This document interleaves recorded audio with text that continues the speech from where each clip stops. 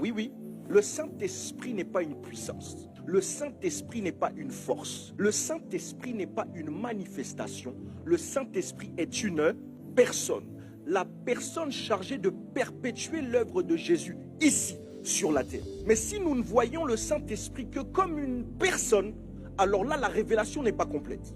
Jean chapitre 15, le verset 13. C'est Jésus qui parle, il dit qu'il n'y a pas plus grand amour que de donner sa vie pour qui? Pour ses amis. Comprenons ceci. Dieu est devenu chair pour que toi et moi, nous ne soyons plus ennemis de Dieu, mais pour que nous devenions amis de Dieu.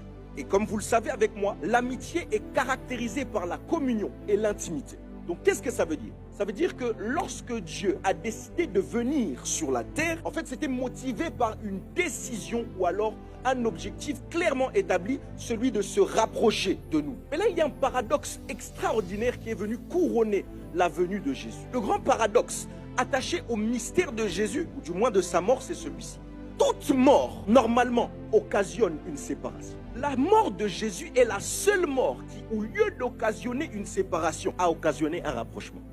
Voilà pourquoi lui-même Jésus, Jean 16, 7, il dit, il est avantageux pour vous que je m'en aille. Parce que jusqu'ici, moi Dieu, j'étais avec vous. Jusqu'ici, moi Dieu, j'étais en votre présence. Mais je suis arrivé à un niveau où être avec vous ne me suffit plus. Je veux maintenant m'établir en vous. Et vous savez, chez moi au Congo, lorsqu'on a un ami qui est très très proche, on appelle mon ami de dedans. Qu'est-ce que ça veut dire? Ça veut dire que lorsqu'on atteint un certain niveau dans l'amitié, la véritable amitié conduit inévitablement les amis à savoir dans la peau et à devenir même plus proches que des frères de sang. Dieu était en inconfort avec le fait d'être séparé pendant des siècles et des siècles de sa création, jusqu'à ce qu'il a envoyé son esprit afin qu'il devienne par son esprit ton ami de dedans.